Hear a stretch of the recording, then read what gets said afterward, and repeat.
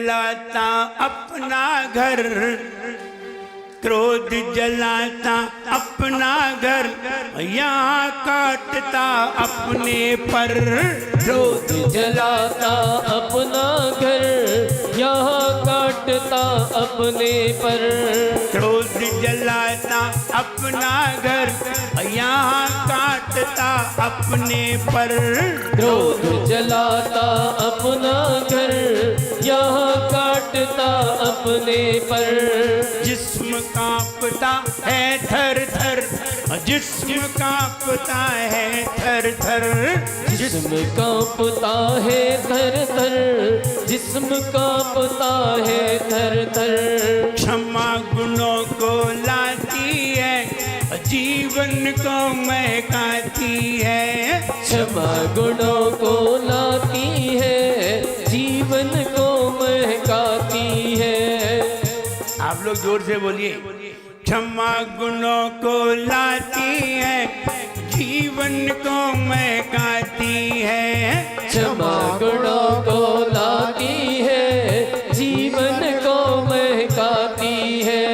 क्रोधी की बुद्धि हो, क्रोधी की बुद्धि मिटती जाए रे। जीवन है पानी की बूंद, कब मिट जाए रे। हो जीवन है पानी की बूंद, कब मिट जाए रे। क्रोध हृदय में लाओगे, क्रोध हृदय में लाओगे, और जीते जी जल जाओगे। क्रोध हृदय में लाओगे, जीते जी जल जाओगे। अच्छा फल नहीं पाओगे, अच्छा फल नहीं पाओगे। अच्छा फल नहीं पाओगे, अच्छा फल नहीं पाओगे। क्षमा धर्म आभूषण है, मन में क्रोध प्रदूषण है। क्षमा धर्म आभूषण है, मन में क्रोध प्रदूषण है। क्रोधी का कोई हो, क्रोधी का कोई नहीं साथ निभाए रे। जीवन है पानी की बूंद, कब मिट जाए रे। हो जीवन है पानी की बूंद, कब मिट जाए रे। होंगी अनहोनी हो, होनी अनहोनी कब क्या घट जाए रे। जीवन है पानी की बूंद, कब मिट जाए रे। हो जीवन है पानी की बूंद, कब मिट जाए रे। क्रोध हृदय में लाओगे, जीते जी जल जाओगे। क्रोध हृदय में लाओगे, जीते जी जल जाओगे। अच्छा फल नहीं पाओगे, अच्छा फल नहीं पाओगे। अच्छा फल नहीं पाओगे, अच्छा फल नहीं पाओगे। जब कभी हम अपेक्षाओं से भर जाते हैं, बहुत सारी अपेक्षाएं अपने जीवन में अर्जित कर लेते हैं। सामने वाले से कोई अपेक्षा रखते हैं, कोई पत्नी से अपेक्षा रखता है, कोई बच्चों से अपेक्षा रखता है, कोई पति से अपेक्षा रखता है, कोई अपने रिश्तेदारों से अपेक्षा रखता है। और जब कभी अपेक्षा की पूर्ति नहीं होती तो क्रोध आता है। आखिर क्रोध आता ही क्यों है? क्या जरूरत है क्रोध आने की? जब हम अपेक्षाओं से भर जाते हैं और अपेक्षाएं बहुत सारी रख लेते हैं, और जब अपेक्षा पूरी नहीं हो तो क्या होता है? फिर क्रोध आता है। जब हम ताकतवर होते हैं तो क्रोध आता है।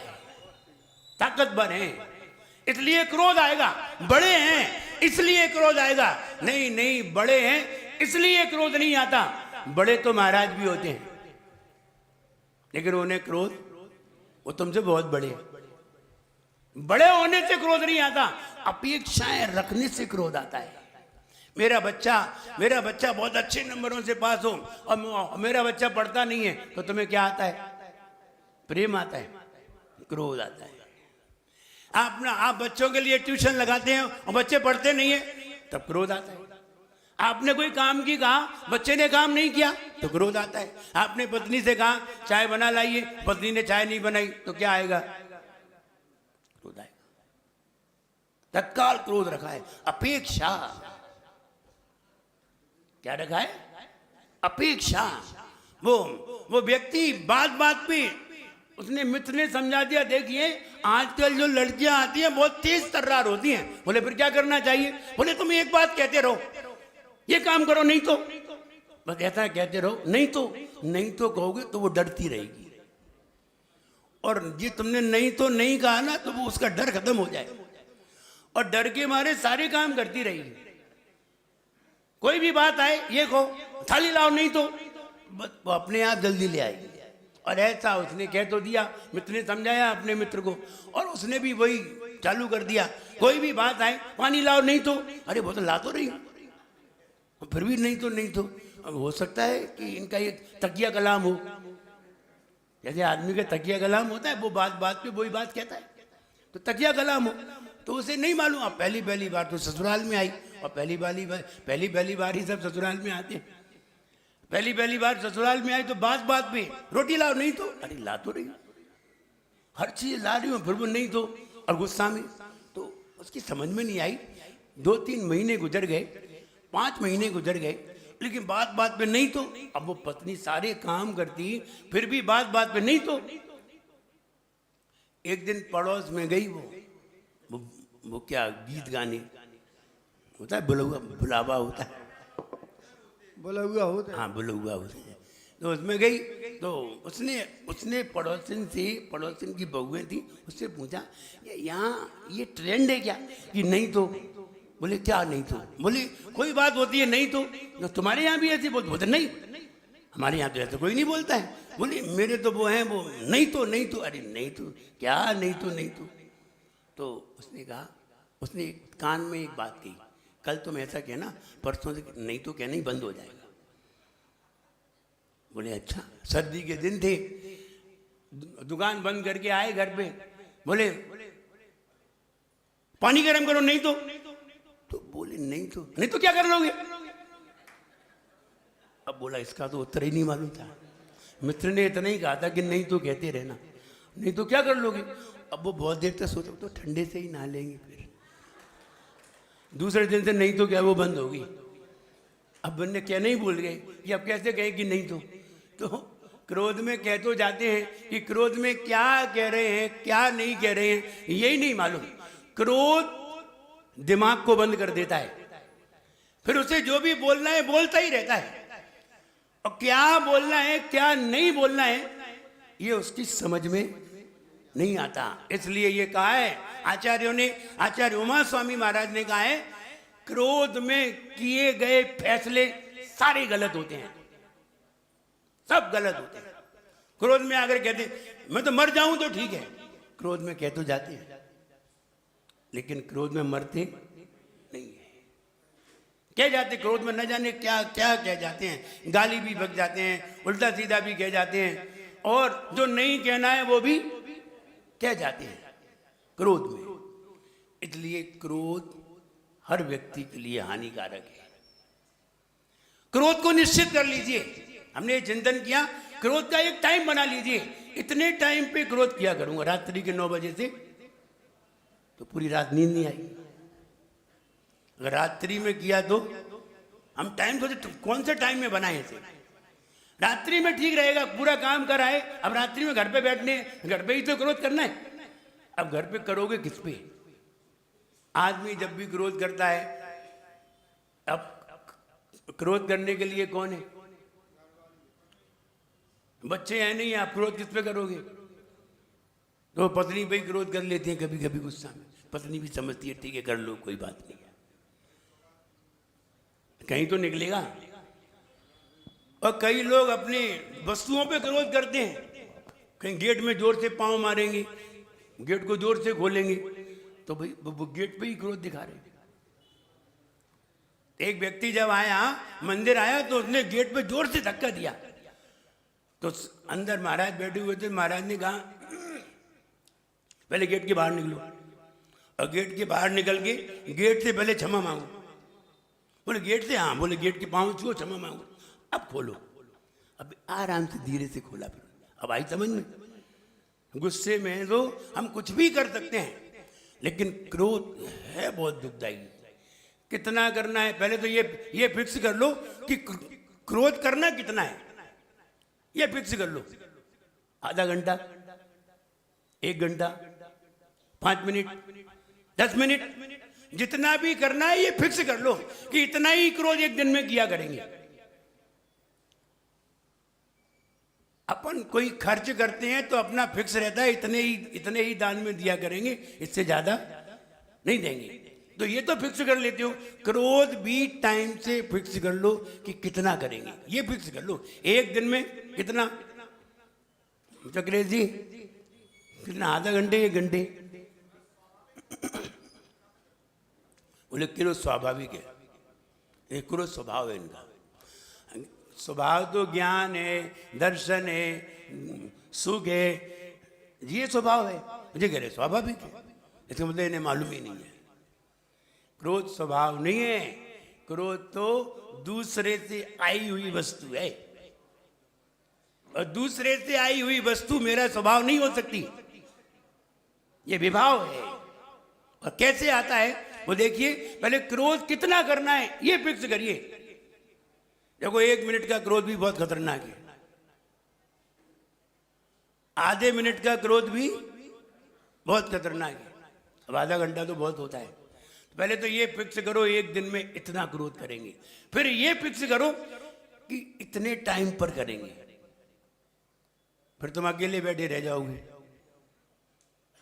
भाई पता है वहां लिख जाएगा कि पापा को 9 बजे से 10 बजे तक क्रोध आता है, एक बच्चा तुम्हारे पास नहीं आएगा। तुम बुलाते रह जाओगे, बेटा आओ आओ, कोई नहीं आएगा तुम्हारे पास। अब करें तो किस पे करें, तो अपनी चीज और टूट जाएंगी। इसलिए क्रोध का भी एक टाइम फिक्स रहना चाहिए, क्रोध कितना करना चाहिए ये भी फिक्स रहना चाहिए, जिससे कि आगे तो ना हो, उसी समय में हो, उसी समय में कर लो जितना करना है। शेष समय में तो लोग सब तुम्हारे पास बैठे रहेंगे, बोले अभी गुस्सा आता ही नहीं है, और गुस्सा आएगा ही नहीं, और आना भी नहीं चाहिए। क्रोध क्षमा के विपरीत है,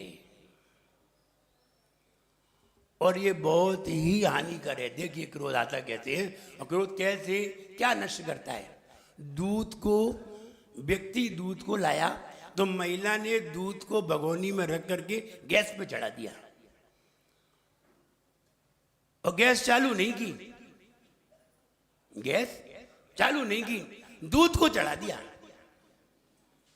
अब गैस चालू नहीं की तो दूध गर्म होगा ही नहीं। तो उसने कहा कि दूध को गर्म करना है, तो जैसे ही उसने गैस चालू की तो अग्नि जली। अग्नि ही क्रोध है। अब देखिए अग्नि ने पहले तो तबेले को गर्म किया, किसको? पहले तो भगोनी को गर्म किया, फिर धीरे धीरे दूध को गर्म किया, फिर धीरे धीरे गर्म करते करते करते करते दूध 120 टेम्परेचर पर पहुंच गया, डिग्री पर। तो दूध क्या हुआ? उफान आने लगा। उफान आने लगा तो दूध पे रहा नहीं गया, वो दूध बोला अब मैं बाहर निकलूंगा। फिर वो क्रोध बाहर निकल के आया। पहले दूध में मिला, फिर दूध को भी बाहर निकाल करके लाया, और जब वो फटने लगा, दूध बाहर आने लगा, तो महिला को तो गुस्सा आ गई, तू बाहर क्यों आ रहा है? तो महिला ने 1 अंजुली पानी लिया और जो उस पे डाला, तो फिर भी बैठ गई नीचे, फिर दूध भी बैठ गया। अब महिला समझ गई कि तुम्हारा इलाज यही है, तुम्हारा इलाज सिर्फ पानी ही है, और तुम उबलते रहोगे और हम पानी डालते रहेंगे, तुम बाहर निकल ही नहीं पाओगे। तो उसने पहले केवल दूध का नुकसान ही नहीं किया है, अग्नि ने केवल पानी का ही नुकसान नहीं किया है, उसने अंतरात्मा रूपी घी का भी नुकसान किया है। तो पहले तो गुस्से में हमारा तबेला गर्म होता है, फिर अंदर का दूध गर्म होता है, आत्मा गर्म होती है, फिर वो फन करके बाहर आती है। और अगर क्षमा रूपी जल का पानी न मिले तो वो मुंह से बाहर निकल आता है, और क्षमा रूपी जल मिल जाए, कहीं कोई गुरुओं के उपदेश मिल जाए, जिनेंद्र भगवान की वाणी मिल जाए, और वाणी उसके वो पान कर ले, मुंह के द्वारा वाणी पान कर ले, कान के द्वारा पान कर ले, तो क्रोध ठंडा पड़ जाता है, दूध वहीं की वहीं ठहर जाता है, और दूध में रखा हुआ घी हमें मजबूत बना देता है। और अगर दूध निकलेगा तो घी भी निकलेगा। आत्मा भी बर्बाद होगी, आत्मा भी दुखी होगी, शरीर ही दुखी नहीं होगा। शरीर तो कई रूप से दुखी होता है। एक बात बताऊं, कैंसर क्रोध के कारण ही होता है। जैसे ही आप क्रोध करते हैं और जैसे ही तीव्रता में आते हैं तो हमारे खून में कोई ऐसा टकराव होता है, और वो टकराव के कारण वहीं एक कैंसर का बीज तैयार हो जाता है।